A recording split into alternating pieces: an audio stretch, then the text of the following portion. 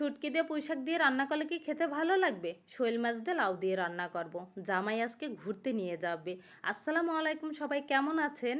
আজকে আবার নতুন ভিডিও নিয়ে চলে আসলাম। জামাই যেদিন ঘুরতে নিয়ে যাবে রান্নাটা তাড়াতাড়ি শেষ করি।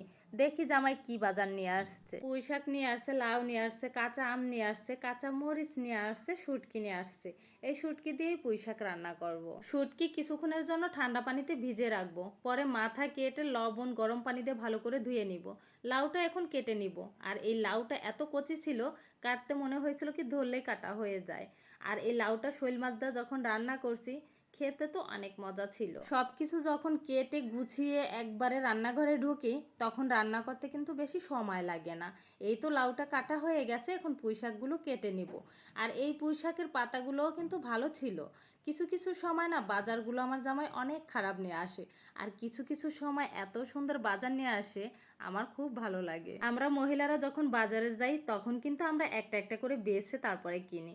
পুরুষ মানুষগুলো কিন্তু সব সময় এটা করে না, গিয়ে বলবে কি লাগবে। শাক সবজিগুলো তো ভালোই কেটে নিলাম, এখন শুধু কান্নার পালা। এই তো পেঁয়াজ কাটবো আর কান্না করব, যত দুঃখ আছে সব ঢালবো এখন। তবে একটা মজার কথা কি জানেন ভাইয়েরা আপুরা, আমার বাসা যে আপা কাজ করে না, ওনারা যদি আমি পেঁয়াজ মরিচ কাটার কথা বলি, তখন উনি বলেন না, পেঁয়াজ মরিচ কাটলে আমার ঠান্ডা কমে না, এর জন্য আমি পেঁয়াজ মরিচ কাটতে পারবো না। আমি যেই বাসায় কাজ নেই আমি পেঁয়াজ মরিচ কাটি না। মাছগুলো কাটা হয়ে গেছে, এখন আমি শুটকি মাছের মাথাগুলো কেটে নিব।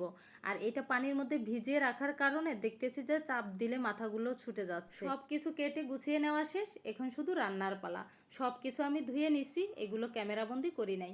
এখন শাক দিয়ে শুটকিটা আগে রান্না করব। বাসায় একদিন আলু শাক দিয়ে শুটকি দিয়ে রান্না করেছিলাম, ওইটা নাকি আমার জামাইয়ের কাছে খেতে অনেক ভালো লাগছে।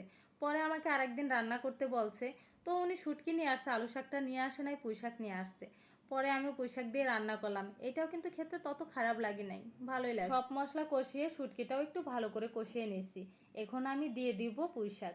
আর এই পুঁই শাকটা ভালো করে নেড়ে চেড়ে ঢাকনা দিয়ে ঢেকে রাখবো কিছুক্ষণ।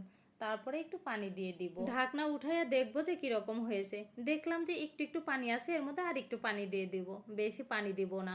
আর অল্প পানি দিয়ে রান্না করবে, একটু মাখা মাখা রাখবো, খেতে ভালো লাগবে। শাক রান্না করা হয়ে গেছে, এখন লাউ রান্না করার পালা।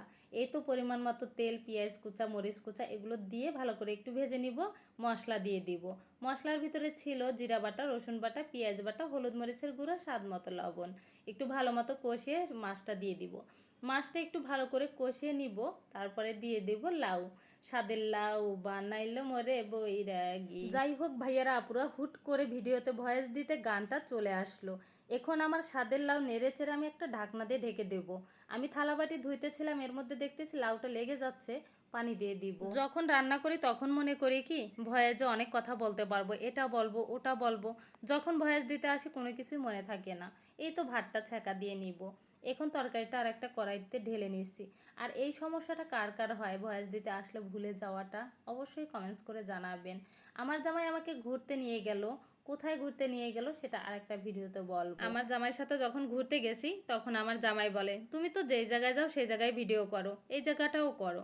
তখন আমি বললাম ঠিক বলছো তো, আমি করে নিলাম। কিছুটা পথ যাওয়ার পরই দেখি জ্যাম লেগে গেল। আমি আর ভিডিওটা বড় করব না, আমাদের সবার জন্য দোয়া করবেন। আসসালামু আলাইকুম।